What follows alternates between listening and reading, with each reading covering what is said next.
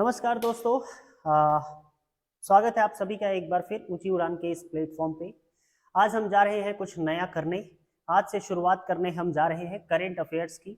और आप में बहुत सारे बच्चे जो गांव में बैठे हुए हैं, आप में से बहुतों को लगता है कि नहीं क्विज करना चाहिए, लेकिन एक ग्रुप नहीं मिलता है, एक माहौल नहीं मिलता है। तो बस मोबाइल को लें और साइड में बैठें, क्योंकि ये आज का सेशन कुछ नया होने वाला है। और हो सके तो एक मोटी कॉपी जरूर लेकर के बैठें। हम लोग चीजों को बिल्कुल बेसिक से देखेंगे। चलिए देखते हैं, शुरुआत करते हैं आज की। क्या है आज का सेशन, क्या कुछ रहने वाला है। हम शुरू करेंगे करंट अफेयर्स जीएस स्पेशल की। जी हाँ दोस्तों, करंट अफेयर्स से सीखेंगे जीएस को और टारगेट करेंगे जो हमारा सिंगल डे एग्जाम है, वन डे जो एग्जाम होता है उस पर। बात इसमें होगी फैक्ट्स की और बिल्कुल जीरो से लेकर के शुरुआत तक। तो चलिए ज्यादा समय नहीं गवाते हुए मार्च का पहला भाग ये रहा आपके सामने। क्या कुछ रहेगा सवाल, सबसे पहले देख लेते हैं। ये सवाल रहा हमारे सामने, केंद्रीय चुनाव आयोग ने किस मंत्रालय के साथ मिलकर आम चुनाव में युवाओं की भागीदारी सुनिश्चित करने के लिए देश भर के उच्च शिक्षण संस्थानों में मेरा पहला वोट देश के लिए ये अभियान शुरू किया गया है? ठीक आंसर होगा, शिक्षा मंत्रालय ने क्या किया है, केंद्रीय चुनाव आयोग के साथ मिलकर एक अभियान निकाला, मेरा पहला वोट देश के लिए। आप में से उम्मीद है, आप में से भी बहुत सारे लोग अभी वोट देंगे, है ना। अभी जो हमारी 18वीं लोकसभा का क्या होने वाला है, बिगुल बज चुका है। चलिए अब हम थोड़ा सा देखते हैं फैक्ट्स की, आखिर हम कैसे करेंगे तैयारी, है ना। इस सवाल को जब हम समझेंगे तब हमको एक चीज और क्लियर हो जानी चाहिए कि आखिर हमारी तैयारी का लेवल क्या रहने वाला है, हम क्या क्या चीजें देखेंगे। बिल्कुल एक मोटी कॉपी लेकर के और पेन लेकर के बैठना है। बहुत सारी चीजें भर भर के चीजें हैं, यहाँ से हम सीखेंगे जो कि हमारे वन लाइन एग्जाम्स में बहुत सीधा सीधा पूछ लिया जाता है, तो बहुत आसानी। तो भाई सबसे पहले यहाँ हमने निकाला केंद्रीय चुनाव आयोग। तो पहला सवाल कि भैया केंद्रीय चुनाव आयोग अगर है तो ये बताओ कि हमारे संविधान में इसकी क्या स्थिति है। हमने कहा कि 15 भाग 15 में इसकी बात की गई है। बोला कि सर अच्छा क्या इसके लिए कुछ अनुच्छेद वगैरह भी बात की गई है? मैंने कहा हाँ जी, भाग 300 अनुच्छेद 324 से लेकर के 329 तक में चुनाव की प्रक्रिया एवं चुनाव आयोग की बात की गई है। इसमें यह भी बताया गया है कि किस तरीके से चुनाव प्रक्रिया में हमारा मुख्य जो हमारा न्यायालय है वो कैसे हस्तक्षेप करेगा, कौन वोट देगा, कौन वोट नहीं देगा, इन सारी बातों का की चर्चा यहाँ पर की गई है। चलिए अब हम बात कर लेते हैं कि केंद्रीय चुनाव आयोग की। तो इसका गठन कब किया गया था? तो इसका गठन 25 जनवरी 1950 के दिन किया गया था, क्योंकि इसी दिन चुनाव कराने के लिए एक एजेंसी का क्या किया गया, गठन किया गया। तो हमने कह दिया कि भैया अब इसका काम है मतदाताओं की बात करना, है ना, कि भाई कौन वोट देगा नहीं देगा, कहाँ पे कौन लोग हैं, कितने लोग हैं। यानी कि जिसकी स्थापना के साथ ही एक नया वर्ग हमें दिखाई दिया जिसे मतदाता वर्ग हम कहते हैं, है ना जी। ये अब इस कारण से इसे हम क्या कहेंगे, राष्ट्रीय मतदाता दिवस। तो कभी सवाल को भी घुमा फिरा करके पूछ लिया जाएगा कि राष्ट्रीय मतदाता दिवस कब मनाया जाता है ना। चलिए इसके बाद अगर हम बात करें चुनाव आयोग की, तो ये दो स्तर पर कार्य करता हुआ आपको दिखाई देगा। पहला जो आपका स्तर होगा वो होगा केंद्र स्तर पर, और केंद्र स्तर पर अगर हम बात करें तो केंद्रीय चुनाव में लोकसभा, राज्यसभा, है ना, ये सारा कौन करता है, चुनाव आयोग मुख्य। और राज्यों की अगर हम बात करें तो राज्य चुनाव आयोग के द्वारा पंचायत और निगम इत्यादि संबंधित जो चुनाव होते हैं वो कराए जाते हैं। चलिए इन सब के साथ थोड़ा सा हम और देखेंगे किस किस अनुच्छेद की बात कर रहे हैं, 324 से 329 तक की। चलो भाई एक एक करके देखेंगे, और आज के बाद से बिल्कुल जीएस से डरेंगे नहीं, है ना। करंट अफेयर्स के साथ जीएस पढ़ रहे हैं, बहुत सारे बच्चे अभी भी गांव में बैठे हुए होंगे और उनको तैयारी का जरिया नहीं मिल रहा होगा, तो उनके लिए बता दूं कि ये उनके लिए सबसे बेहतरीन, बहुत अभी लाभदायक कह सकते हैं एक तरीके से ये वीडियो आपके लिए होने वाली है। तो आपको क्या करना है कि कॉपी पेन लेकर के बैठना है, और जितना सारा फैक्ट्स है यहाँ पर आप उसको अगर डेली भी करते रहे, हर 2 दिन 3 दिन पर भी अगर करते रहे, तो एक अच्छा भंडार आपके पास इकट्ठा हो जाएगा। चलिए चलिए हम बात करेंगे 324 की। बात 324 में कहा जाता है कि चुनाव को, जो चुनाव का कराने का जो अधीक्षण है, इसका निर्देशन और नियंत्रण, इसका कार्य किसके पास है, हमारे चुनाव आयोग के पास है। बात 25 में कही जाती है कि किसी भी व्यक्ति को धर्म, जाति, नस्ल या लिंग के आधार पर आप ये नहीं कह सकते कि भैया तुम वोट नहीं डाल सकते हो, तुम अयोग्य हो, तुम इलेक्शन नहीं लड़ सकते हो, है ना, ये सारी बातें नहीं कर सकते। और इसी के तहत आप ये भी नहीं कर सकते भैया किसी के शामिल होने का दावा भी नहीं किया जा सकता है। हम बात करेंगे 26 में, इसमें बात की जाती है वयस्क मताधिकार की। आपको पता होगा वयस्क मताधिकार की अभी जो उम्र सीमा है ये क्या है, अभी ये है 18 साल, राइट। इसके बाद हम बात करेंगे 27 में कहा गया कि किस तरीके से विधानमंडल के चुनाव में, है ना, क्या इसमें संसद की शक्ति रहने वाली है। हम 28 की हम बात करेंगे कि इसमें कहा जाता है कि राज्यों के विधानमंडल में किस प्रकार से चुनाव की स्थिति रहेगी। अगर बात करें 29 की, तो इसमें कहा गया कि अगर चुनाव प्रक्रिया में अदालत को लगे तो वो भी हस्तक्षेप कर सकता है, यानी अदालती हस्तक्षेप की बात हम करेंगे 29 में। और इसके बाद हम बात करेंगे इसमें 229 के क में, यानी ए, 329 क या ए में, इसमें हम बात करेंगे प्रधानमंत्री और अध्यक्ष के मामले में इसमें क्या विशेषाव प्रावधान होते हैं, इन सब की बात यहाँ पर की जाएगी, है ना। आप इसका स्नैप ले सकते हैं। चलिए हम फिर अब आगे बढ़ेंगे।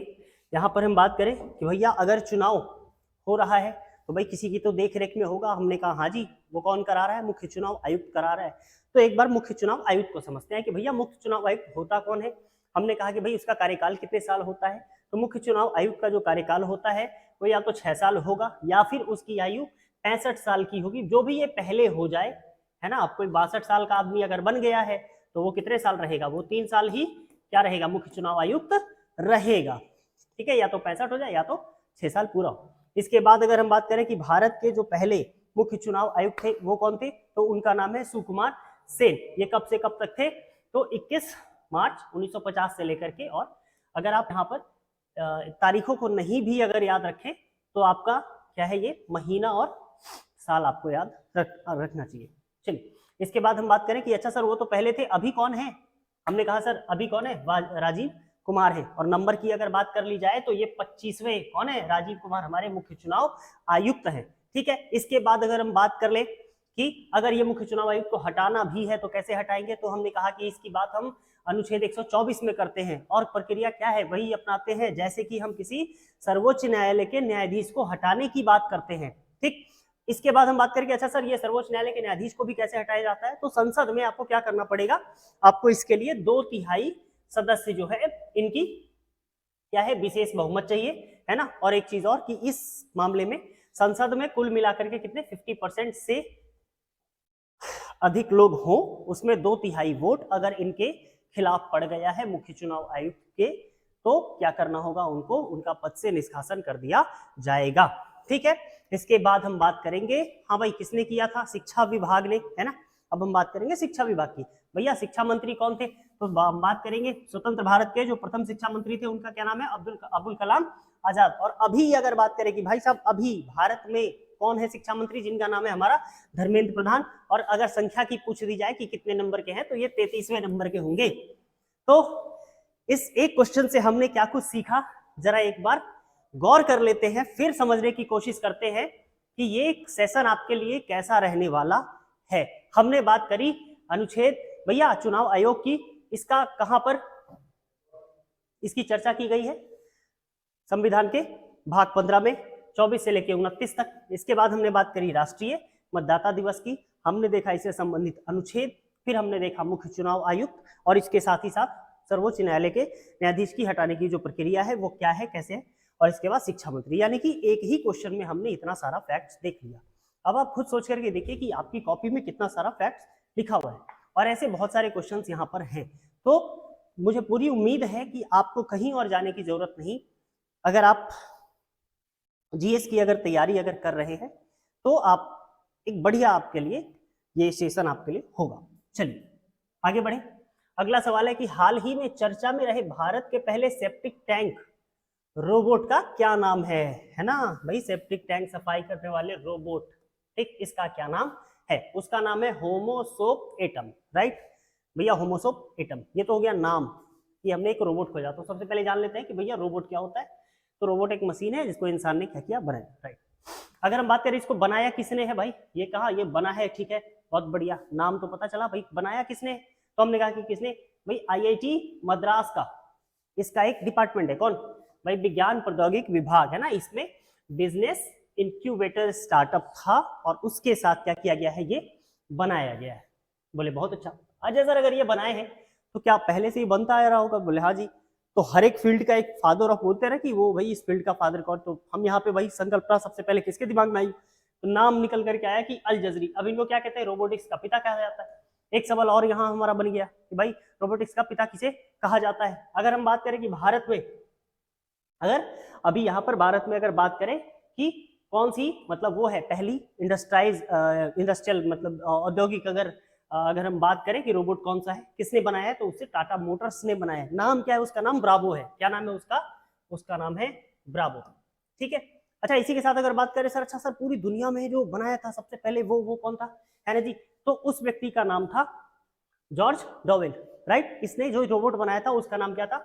यूनीमेट, राइट। और इसी के साथ एक चीज और कि भैया दुनिया में पहली रोबोट ऐसी भी है जिसे नागरिकता प्रदान की गई है, कहाँ की? सऊदी अरबिया की। उसका नाम है सोफिया। क्या नाम है? इसका नाम है सोफिया। ठीक है। इतना ही नहीं भैया, ये तो सऊदी अरब वाले थे, है ना। आप कहोगे भाई अपन भारत वाले हैं, भारत वाले कम है क्या? ना जी, बिल्कुल नहीं। हम लोगों ने क्या किया कि केरल में, हाल ही में केरल में आयरिश भाषा को पढ़ाने के लिए एक रोबोट महिला शिक्षिका को हमने हायर किया है। किसे? एक रोबोट को। और ये क्या विषय पढ़ा रही है? ये आयरिश पढ़ा रही है। कहाँ पढ़ा रही है? हमारे केरल के तिरुवनंतपुरम में। चलिए, यहां तक समझ में आया? अगर आप लोग को यहां तक समझ में आया और मजा आया हो तो एक बार लाइक बनता है। चलिए, इसके बाद हम अगला सवाल, एक एक चीज देखेंगे, हर एक चीज को तोड़ के रखेंगे, बिल्कुल बेसिक से पढ़ेंगे। अगले वीडियोस में फिर इसके आगे की इंफॉर्मेशन आगे चलेगी। चलिए, ब्रिटेन के किंग चार्ल्स थर्ड द्वारा भारत ब्रिटेन व्यापार संबंधों को आगे बढ़ाने के लिए मानद नाइटहुड, जिसे knight commander of the most excellent order of the British Empire कहा जाता है, इससे सम्मानित होने वाले पहले भारतीय कौन बने हैं? भैया ये कौन? इनका नाम है सुनील मित्तल। और ये कौन है? ये भारतीय इंटरप्राइजेस से फिलहाल अभी ये चेयरपर्सन है, चेयरमैन है, राइट। ये तो हो गई बात, किसे मिला है? भारती मित्तल, एयरटेल वाले, है ना जी। चलिए, अब थोड़ा सा जान लेते हैं सर ये नाइटहुड क्या है। कुछ तो था, कुछ बताए थे। हाँ जी, बोले। देखो, इस नाइटहुड की शुरुआत की गई थी किंग फिफ्थ के द्वारा। और दिया किसको जाता है? ये वैसे आदमियों को दिया जाता है ना जो मतलब वहां के लिए विदेशी है, राइट, जो मतलब ब्रिटेन का नहीं है। अब ब्रिटेन को लग रहा है कि नहीं ये आदमी बढ़िया है, इसको दे सकते हैं, वही ये वहां का सर्वोच्च सम्मान है। ये क्या दिया जाने वाला? वहां के मतलब जो लोग को दिया जाता है, ये वहां का सर्वोच्च सम्मान है। ठीक, किसे देते हैं? तो विदेशियों को ज्यादा वो लोग दिया करते हैं। ठीक, अच्छा। भारत में सर, भारत की अगर हम बात करें सर, भारत में भी बोले हाँ, अभी हाल फिलहाल में ना सुनील मित्तल जी से थोड़ी दिन पहले हम लोग को क्या मिला था? डॉक्टर अमृतपाल सिंह अंगिन को मिला था नाइटहुड। कब मिला था? दिसंबर 2023 में। ठीक, अच्छा सर ये लोग इतना देते हैं, एक चीज और बताओ, मतलब क्या हम मतलब खाली देते हैं? बोले नहीं सर, ये लोग जब देते हैं ना तो हम लोग रिटर्न भी कर देते हैं। बोले कब?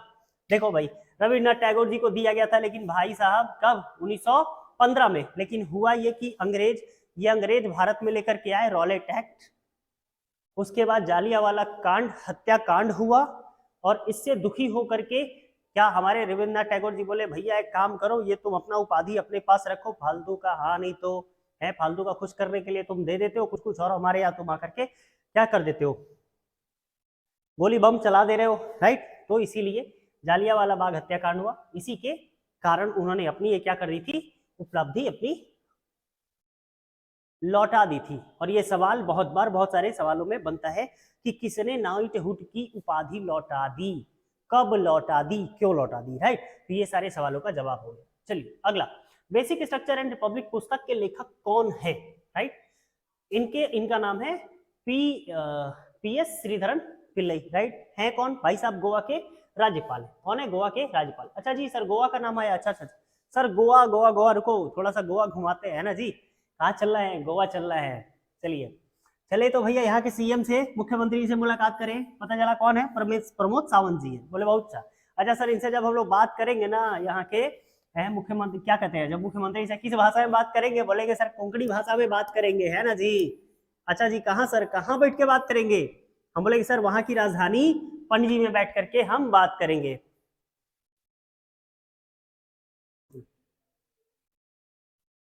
चलिए, हाँ भाई, कहाँ बैठ के बात करेंगे? राजधानी क्या है? पणजी, राइट, ठीक। अच्छा जी, इस वीडियो में आज हम बेसिक समझ रहे हैं। बेसिक में हमने समझा कि भाई गोवा, गोवा के सीएम कौन है, वहाँ की भाषा क्या है, राजधानी क्या है पणजी, है ना। वहाँ पे एक मुख्य पर्व है तो पूछ लिया जाता है क्या महोत्सव है। वहाँ का एक पर्व शिग्मो महोत्सव, ये बहुत ज्यादा फेमस है, एग्जाम में पूछ लिया जाता है ना। तो अच्छा, थोड़ा सा ना गोवा का एक ऐतिहासिक भी थोड़ा सा एक चर्चा करते चलते हैं। दरअसल हुआ ये कि गोवा ही वो जगह है जहां पर सबसे पहले पुर्तगाली आकर के बसे थे। कब आए थे भाई? पुर्तगाली आकर के। और कौन पुर्तगाली भाई आया था? उसका नाम था Albuquerque de Albuquerque, Francisco de Albuquerque. अच्छा, थोड़ी सी कहानी क्या है ये जान लेते हैं। देखो भाई, ये जो अपना गोवा का एरिया है, यहां पर पहुंचे थे कौन? Vasco D gamma. कब पहुंचा था? 1498 ईस्वी में। कहां पहुंचा था?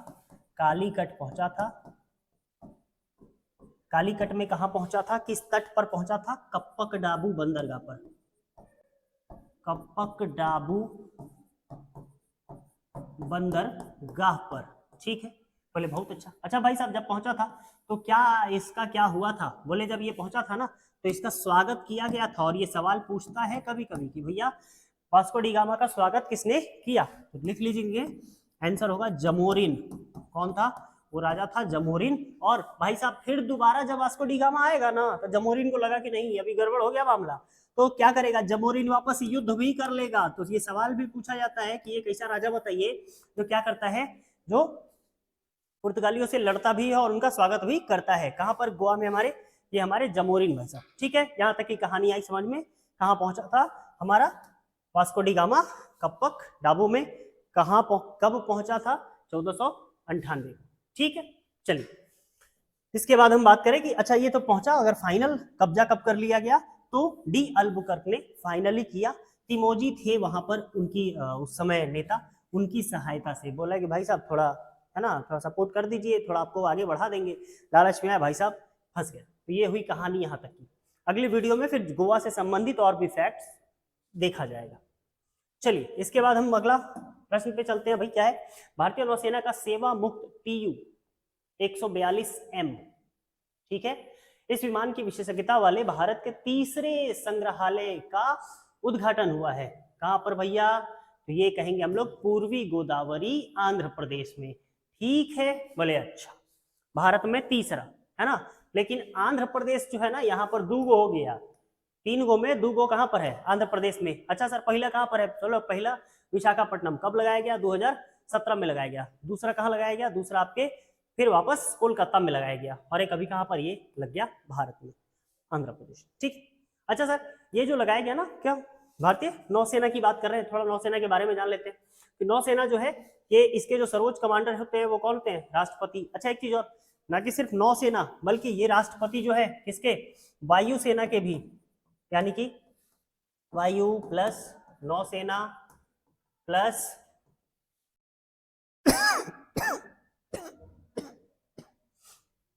थल सेना, तीनों के प्रमुख कौन होते हैं? सर्वोच्च कमांडर कौन है? राष्ट्रपति। ये सवाल बार बार बन जाता है, ठीक है। इसके बाद अगर हम बात करें कि भारतीय नौसेना के जो जनक हैं वो किसे कहा जाएगा, तो याद रखिएगा छत्रपति शिवाजी भोसले महाराज को कहा जाता है, राइट। इसका वाक्यांश कभी कभी पूछ लेता है, याद रखना है, सन्नो वरुणा इसका वाक्यांश होता है। और इसकी बात अगर हम बात करें तो 4 दिसंबर के दिन दरअसल एक ऑपरेशन किया गया था जिसका नाम था ऑपरेशन ट्राइडेंट, राइट। इसी की याद में इसको हम क्या कहते हैं, हर 4 दिसंबर को नौसेना दिवस मनाते हैं। तो आज हमने जाना कि नौसेना दिवस, नौसेना के बारे में, इसके जनक कौन है, कब मनाया जाता है, क्यों मनाया जाता है, इसका वाक्य क्या है और इसके कमांडर सबसे पहले कौन है। इसके बाद हम बात कर लेते हैं अभी अगर बात कर ले नौसेना में, तो भैया 15 अगस्त के दिन जो यहाँ पे जिस दिन भारत आजाद हुआ था, इस दिन कौन थे नौसेना के हमारे अध्यक्ष? कौन थे?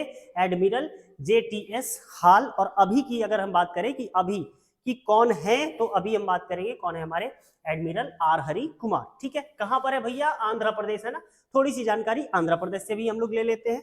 कि आंध्र प्रदेश के जो राज्यपाल हैं ये कौन है, इनका नाम है अब्दुल नजीर। यहाँ के मुख्यमंत्री कौन है, तो जगन मोहन रेड्डी, ये आपको पता होगा। यहाँ की भाषा क्या है, तेलुगु, और राजधानी की अगर बात करें तो ये हो जाएगी हमारी अमरावती, राइट। इतना सारा चीज हमने आज सीखा गाइस, अभी पिक्चर बाकी है। अब आप समझ सकते हैं कितना इंपॉर्टेंट सेशन आपके लिए रहने वाला है। मजा अगर आ रहा हो तो आप एक लाइक करके कमेंट कर दीजिए। चलिए अगला सवाल हम देखेंगे। केंद्रीय शिक्षा मंत्री धर्मेंद्र प्रधान, याद रखिए हम लोग बात कर चुके हैं आज ही के इस वीडियो में। इससे पहले थोड़ी देर पहले हमने सवाल पढ़ा था कि धर्मेंद्र प्रधान जो है वो शिक्षा मंत्री है, ये कितने नंबर के हैं, और भारत के पहले शिक्षा मंत्री कौन थे, अबुल कलाम आजाद, राइट। और ये आपको बताना है कि धर्मेंद्र प्रधान कितने नंबर के शिक्षा मंत्री हैं, राइट। चलिए इन्होंने क्या किया भाई, रोजगार और व्यवसायिक शिक्षा को बढ़ावा देने के लिए आईआईटी मद्रास द्वारा ऑपरेट किए जाने वाले किस प्लेटफॉर्म को लॉन्च किया है। उस प्लेटफॉर्म का नाम है स्वयं। ऑपरेट कौन करेगा, आईआईटी मद्रास। किस लिए भैया, रोजगार और व्यवसायिक विकास को बढ़ावा देने के लिए। तो 2-3-4 चीज तो यही आपको समझ में आ गई। चलिए इसकी बात अगर हम करें कि स्वयं क्या है, तो दरअसल स्वयं एक एब्रिविएशन, इसका फुल फॉर्म जो होता है वो होता है study webs of active learning for young aspiring minds, right. अच्छा सर, ये स्वयं जो है ये लाने का जो सही, ये जो काम किया गया इसमें कौन कौन और भी आए, है ना। ये सॉफ्टवेयर तो भाई बनाए कौन, पता चला कि 3 है इसमें कंपनीज, कौन कौन सी, एक ही गई हमारी माइक्रोसॉफ्ट, दूसरी सिस्को, और उसके बाद हम बात करेंगे एल&टी। चलिए अब हम थोड़ा माइक्रोसॉफ्ट के बारे में भी जानेंगे, क्योंकि भाई आज हमारी कॉपी ना भर जाने वाली है, हम लोग बहुत सारा फैक्ट्स करने वाले हैं। बिल्कुल देखो, ये वीडियो ना आप हर उस बच्चे से शेयर करिए जो गांव में बैठा है, जो क्विज करना चाहता है लेकिन उसको नहीं मिलता है उस तरीके का मौका, उस तरीके का माहौल नहीं मिल रहा है, वो कुछ पढ़ सके। तो ये वीडियो आपके लिए बहुत काम की रहेगी। हम अगली वीडियो में जब बात करेंगे तो सारी पीछे की सारी बातों को भी बात करेंगे, और आगे के हम लोग फैक्ट्स पढ़ेंगे। जैसे हमने अभी फैक्ट्स पढ़ा थोड़ी देर पहले आंध्र प्रदेश का, तो अब अगली वीडियो में बात करेंगे कि आंध्र प्रदेश में कौन कौन सी नदियां हैं, फिर आगे बात करेंगे कि आंध्र प्रदेश में क्या वहां का कैसा भौगोलिक विस्तार है। थोड़ा ऐसी सारी चीजों को लेकर के पढ़ना शुरू करेंगे। तो मतलब 90 से 100 वीडियोस के साथ आप हमारे साथ बने रहे।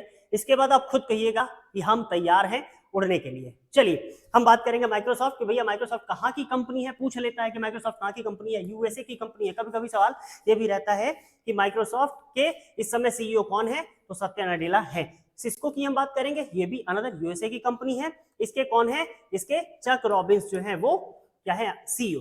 अगर हम बात करें एल&टी की, तो ये भारत की कंपनी है और इसके सीईओ है एसएन सुब्रमण्यम। तो ये रही बात इन तीनों कंपनियों की।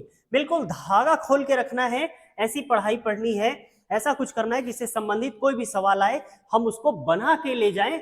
हर एक बच्चे में ये भरोसा होना चाहिए कि हम भी कर सकते हैं, घर बैठे आप भी पढ़ सकते हैं। बस एक मोटी कॉपी लेना है और एक मजबूत इच्छा शक्ति के साथ कूद पड़ना है मैदान में। हमने अब तक कितनी सारी चीजें कर ली। आगे फिर चलते हैं।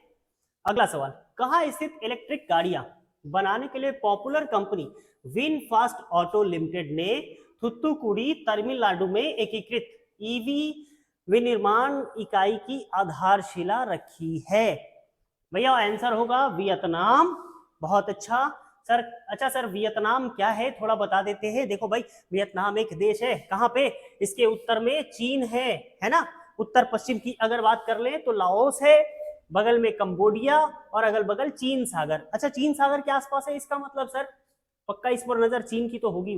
बोले हाँ जी, समझ गए ना, जो समझाना चाह रहे थे वो आप समझ गए। चलिए हम बात करेंगे वियतनाम की, कि वियतनाम की राजधानी क्या है। वियतनाम की राजधानी हनोई है। यहाँ के अभी मुख्यमंत्री यहाँ के हम प्रधानमंत्री की बात करेंगे तो फाम मिन चिन है। राष्ट्रपति की अगर बात करें तो वो वाम थोंग है। और कभी कभी मुद्रा भी पूछ लिया जाता है कि वियतनाम की मुद्रा क्या है, तो याद रखना है वियतनामी डोंग यहाँ की मुद्रा है। ठीक है, ये रहा सवाल आपके वियतनाम से संबंधित। चलिए आगे हम बात करें कि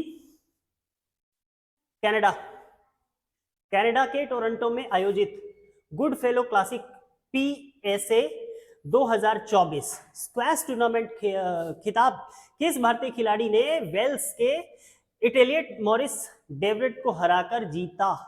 नाम है इनका अभय सिंह तुर्की। बोले बहुत अच्छा, नाम कौन है भाई, जीत गया, ये तो समझ में आया। ठीक है। अच्छा सर, पहला वर्ड आया था कनाडा, हम बोले हाँ जी, थोड़ा कनाडा के बारे में जानने की कोशिश करते हैं। तो भैया ये कनाडा जो है ना, ये एक उत्तरी अमेरिकी देश है। बोले अच्छा सर इसकी कुछ राजधानी है? बोले हाँ जी इसकी राजधानी क्या है? ओटावा है। बोले बहुत बढ़िया। अच्छा सर यहाँ कुछ करेंसी क्या चलता है? बोले कैनेडियन डॉलर चलता है। बोले अच्छा जी। अच्छा यहाँ सर पीएम वगैरह कौन है? बोले हाँ जी ये जस्टिन ट्रूडो, नाम सुने हो? ट्रूडो हाल ही में बहुत ज्यादा चर्चा में थे। हाँ यही वही कनाडा है जो भारत में क्या कर रहा है, खालिस्तान की मांग के लिए बहुत ज्यादा। कनाडा। चलिए ये तो रही बात कनाडा की। अच्छा एक चीज और आया था सर, कुछ स्क्वैश खेल आया था ना, कुछ स्क्वैश? बोले हाँ हाँ हाँ आया था सर, स्क्वैश के बारे में बता दूं? बोले रुको, जो सबसे पहला स्क्वैश है ये वर्ल्ड कप जो है वो कहां पर हुआ था? 1996 में मलेशिया में हुआ था।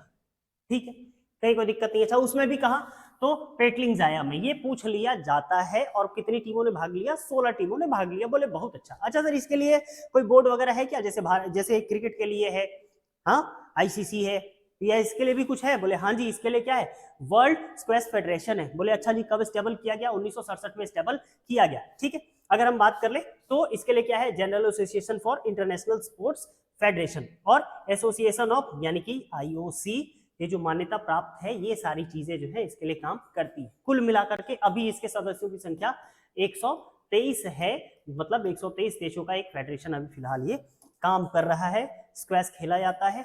ठीक, इसके बाद अगर हम आगे बढ़े, आगे की तरफ देखें तो भैया अगला क्या है, किस देश ने पहली बार 5वीं पीढ़ी की multi role stealth air superiority fighter jet Kaan launch किया है? तो याद रखना है तुर्की। भैया तुर्की, हाँ जी सर तुर्की का भी थोड़ा सा हिसाब किताब लेते हैं। भैया तुर्की बोले देश है, हाँ जी। राजधानी है? बोले अंकारा। बोले सर कुछ भाषा भी है? बोले हाँ जी टर्की बोला जाता है। बोले यहाँ के राष्ट्रपति भी है? बोले हाँ जी। कौन है? तो इनके राष्ट्रपति अर्दोआन है ना। अगर हम बात करें कि इसकी, तो भाई ये एक ऐसा मतलब ये है जो क्या है, कुछ पार्ट इसका यूरोप में है ना, और मैक्सिमम पार्ट इसका कहां पर है, एशिया में है। ठीक है, तो क्या इसे हम यूरेशिया का पार्ट कह सकते हैं? आगे निर्यात होने वाली वस्तु यहां से कौन कौन सी है फेमस? गेहूं, ऊन, तंबाकू, अंजीर, ये सारी चीजें यहां से बहुत ज्यादा पाई जाती है ना। और इन सब के साथ साथ किशमिश यहाँ का बहुत फेमस है। तुर्की टर्किश किशमिश बहुत बहुत बहुत बढ़िया लगता है जी, हम भी खाए हुए हैं। नहीं चलिए पढ़ाई कीजिए।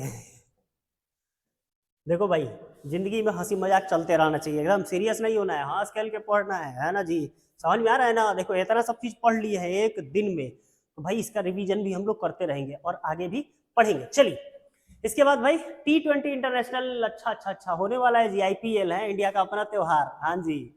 चलिए, और आईपीएल कितने बार एग्जाम बर्बाद करवाता है।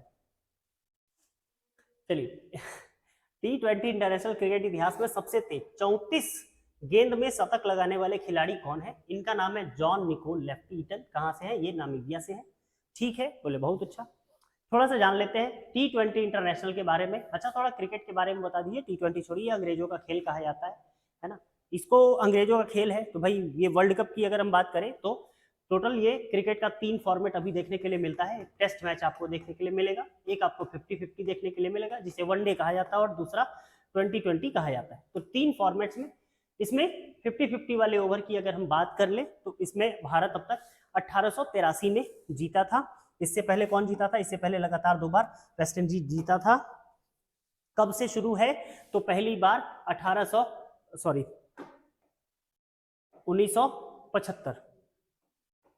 1975 में हुआ था पहला। उसके बाद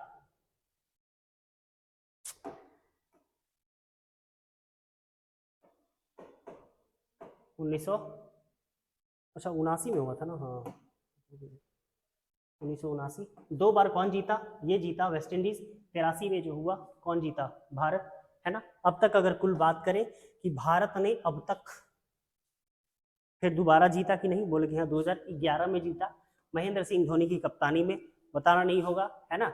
भारत और श्रीलंका के बीच हुआ था, कहां पर? अपने भारत विजेता बना था वानखेड़े में, है ना। And Dhoni finishes off in style, याद होगा ये लाइन, कोई भूल नहीं सकता है, बहुत सदियों बाद ये लाइन सुनी थी, है ना। अब बात करें कि अभी तक T20 कितनी बार हुआ है, तो T20 कुल मिला के 8 बार हुआ है, और इसमें सबसे ज्यादा बार जो जीता है वेस्ट इंडीज ने 2 बार। और इतना ही नहीं, जो पहला हुआ था ना उसमें भी हम लोगों ने देखा था किसे? भाई हमारी भारतीय टीम, जिस दिन हम लोगों ने पूरी मुंबई को रुकते हुए देखा था। ठीक है, तो ये रहा। अच्छा, फिर इसके बाद अगर हम बात कर ले कि सर क्रिकेट से संबंधित भारत में क्या कुछ खेल होता है, मैंने कहा हाँ जी, एक रणजी का नाम सुने? बोले हाँ जी रणजी, रणजी है ना। अभी हाल फिलहाल मुद्दा काफी ज्यादा गरमाया हुआ है, वो ईशान किशन पांड्या और श्रेयस अय्यर वगैरह का ना कुछ वैसा मामला गरमा गया, ये रणजी के ही कारण। बोले हाँ सर क्या बवाल है, जरा बता दो। बोले देखो रणजी का हिसाब किताब समझो, देखो रणजी जो नाम पड़ा ना, वो एक आदमी थे जिनका नाम था रंजीत सिंह, है ना। ये रंजीत सिंह जो है, इन्हीं के लिए क्या था, ये भारत के सबसे पहले क्रिकेटर थे, यही भाई साहब खेलना शुरू किए थे, इसी कारण से इनके नाम पर जो प्रतियोगिता चली क्या कर दिया, रणजी। अच्छा, अगर हम बात करें इन्होंने अपना क्रिकेट कहाँ खेला भैया, तो सबसे पहले इंग्लैंड की तरफ से ही इन्होंने खेला था। किसके खिलाफ? तो ऑस्ट्रेलिया के खिलाफ। कब? 1886 में, है ना। ये भारत की टीम थी नहीं उस समय, तो अंग्रेज खेलते थे, तो अंग्रेज अपने साथ खिला लिए थे। तो ये पहला ऐसा कौन थे? रंजीत सिंह, इसीलिए इनके नाम पर शुरू किया। भारत की अगर बात करें तो भारत अपना पहला मैच किसके खिलाफ, किसके कप्तानी में? सीके नायडू के कप्तानी में खेला था। और अगर हम बात करें तो भैया पहली जीत कब मिली थी? 1952 में हमको जीत मिली थी। ठीक है, पहली जीत हमको 1952 में मिली। और स्थिति आज थोड़ी उल्टी है, आज जीत के बताओ, है ना। चलिए अगला सवाल क्या है भाई। भारत सरकार ने अंतरिक्ष क्षेत्र में विदेशी और निजी कंपनियों को आकर्षित करने के लिए उपग्रहों के उपकरण बनाने में, याद रखना है, उपग्रह का उपकरण बनाने में कितने प्रतिशत एफडीआई यानी कि प्रत्यक्ष विदेशी निवेश की मंजूरी कर दी है? आंसर होगा 100%। थोड़ा सा हम देख लेते हैं भैया, इसमें क्या है, लॉन्च वाहन पर आप कितना कर सकते हैं? 49%। आप उपग्रहों पर 74% आप कर सकते हैं। और उपग्रह के घटक अगर है तो आप यहाँ पर क्या कर सकते हैं? 100% कर सकते हैं। इसके अलावा उपग्रह का जो उपकरण है इसके लिए आप 100% कर सकते हैं। थोड़ा सा अगर हम बात कर लें कि ये हमारा जो क्या है उपग्रह क्षेत्र है, इस उपग्रह क्षेत्र इसको 3 भागों में हम लोग बांटते हैं। पहला प्रक्षेपण यान से संबंधित होता है, दूसरा उपग्रह से संबंधित होता है, और तीसरा उपग्रह के जो घटक होते हैं कैसे वो बनाया जाएगा, क्या कुछ उसका मैकेनिक्स होगा, इसकी बात। इसके बाद हम एक बात आई थी एफडीआई, ये क्या होता है भैया? एफडीआई का मतलब होता है प्रत्यक्ष विदेशी निवेश, यानी कि विदेशी आदमी हमारे यहाँ आकर के क्या कर सकता है, हमारे सेक्टर में पैसा इन्वेस्ट कर सकता है, इसी को कहा जाता है एफडीआई। तो हमारे यहाँ ये जो हम बिजनेस कर रहे हैं, है ना, ये कितने रुपए का होगा, कितना रुपया इसमें सरकार मतलब विदेशी लगा सकते हैं? 100 रुपया लगा सकते हैं कि 1 रुपया लगा सकते हैं, इसी की जानकारी हमको यहाँ पर मिलती है। ठीक है, इसके बाद अगर हम बात करें अगला सवाल कि किस राज्य सरकार या केंद्र शासित प्रदेश में दिव्यांग व्यक्ति को कृत्रिम अंग, ट्राईसाइकिल, मोटराइज ट्राईसाइकिल जैसी कई सहायक उपकरण देने के उद्देश्य से सुगम्य सहायक योजना की शुरुआत की है? योजना का नाम है सुगम्य सहायक, और कौन है? दिल्ली, है ना जी। और जैसे ही दिल्ली याद आता है, हाँ भाई दिल्ली के मालिक कहाँ गए? नहीं, मतलब वैसे नहीं आ रहे, हाँ जी भैया। तो दिल्ली के कौन है सीएम? कौन है? दिल्ली के सीएम है अरविंद केजरीवाल जी। किस पार्टी से है? आम आदमी पार्टी से है। अच्छा जी, यहाँ के पहले सीएम कौन थे ये भी बता दो सर। तो हमने बात करी चौधरी ब्रह्मदत्त प्रकाश जो है ये दिल्ली के सबसे पहले मुख्यमंत्री थे। अब अगर हम बात कर ले कि राज्यपाल की, है ना, कि अभी दिल्ली में राज्यपाल कौन है, तो अभी कौन है? विनय कुमार सक्सेना जो है ये राज्यपाल है। और कितने नंबर के हैं? ये 22वें नंबर के राज्यपाल है। अगर बात कर ली जाए कि भैया पहले कौन थे, तो सबसे पहले आदित्यनाथ झा थे।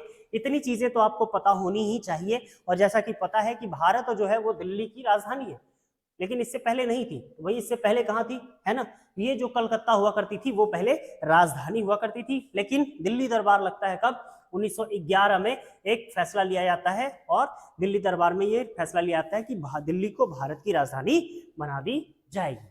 ठीक, अगर हम दिल्ली की बात कर लें तो दिल्ली में कुछ बिल्डिंग्स है, जैसे लाल किला, कुतुब मीनार, इंडिया गेट और हुमायूं का मकबरा इत्यादि, ऐसा बहुत सारा।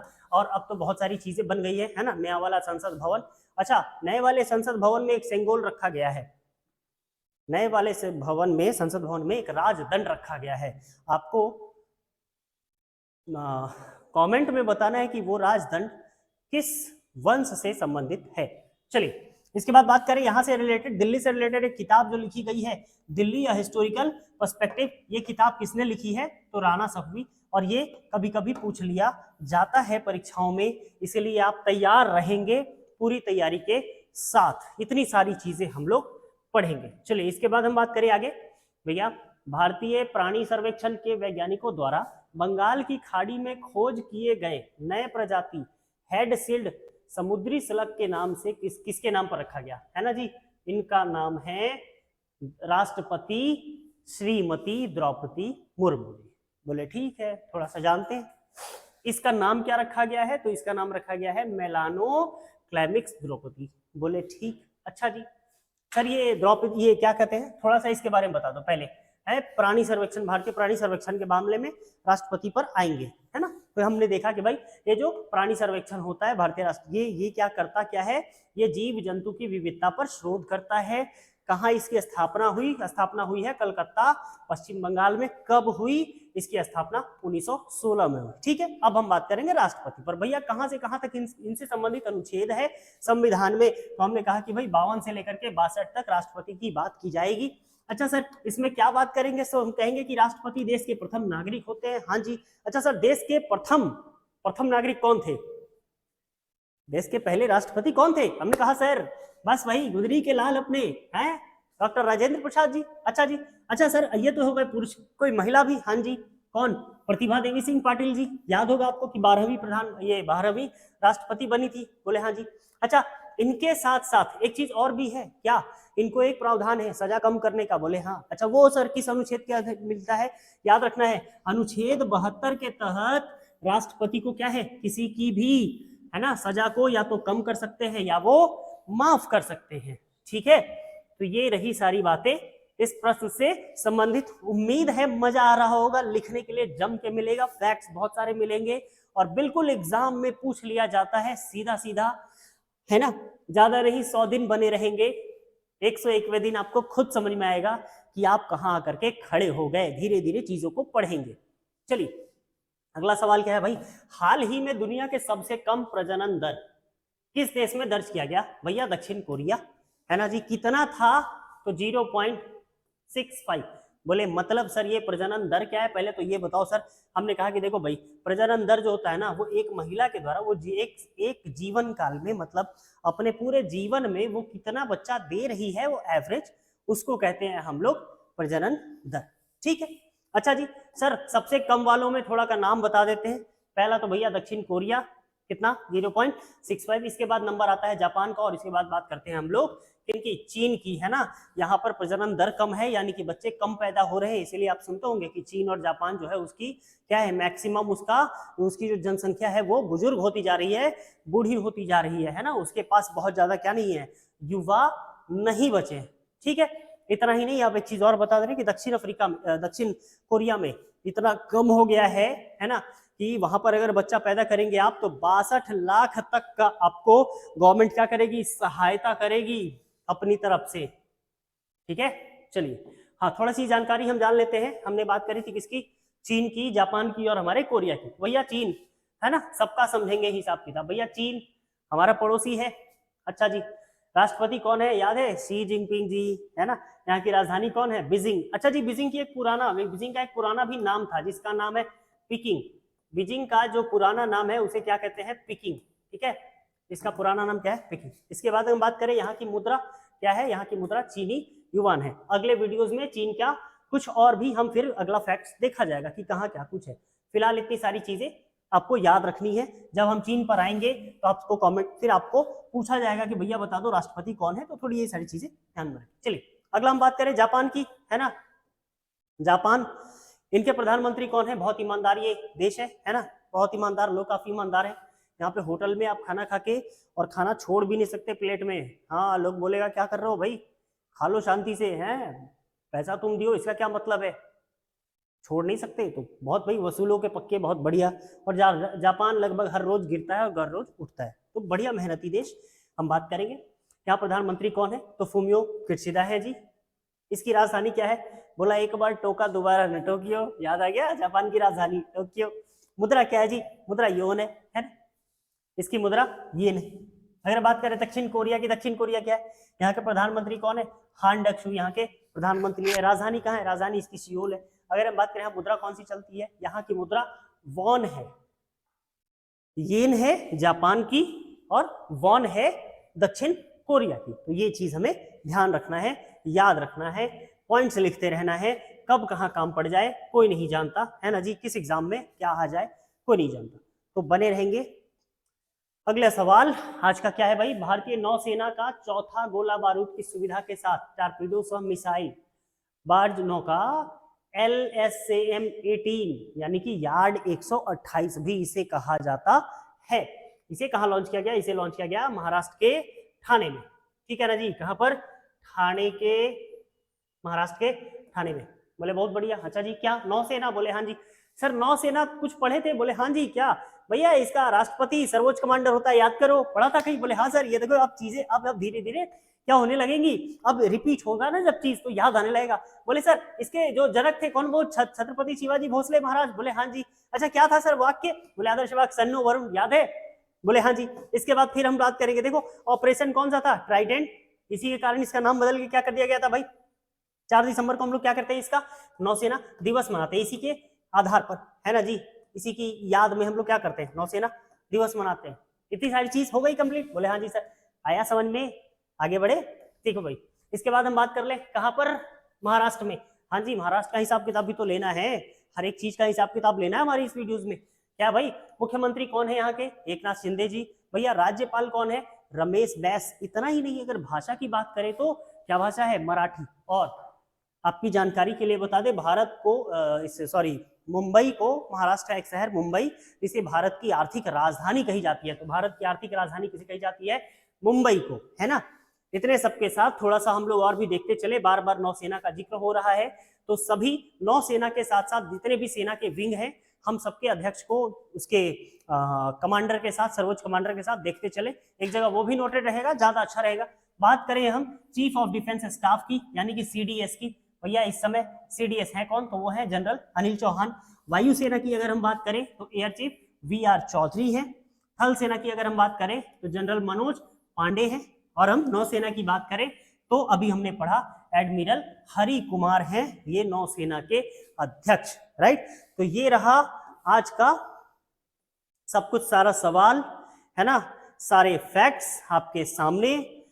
कैसा लगा वीडियो बताइएगा जरूर, और जैसा भी हो आप कोशिश करिए उन सारे बच्चों को इससे जोड़ने का, जो बच्चे गांव में हैं और नहीं कर पा रहे हैं क्विज किसी कारण से, और वो करना चाहते हैं, राइट, तो उन तक ये क्वेश्चन, ये वीडियो जरूर पहुंचाइए। और बने रहिए, ज्ञान के सागर में हम लोग ऐसे ही डूबते रहेंगे, गोते लगाते रहेंगे। जय हिंद।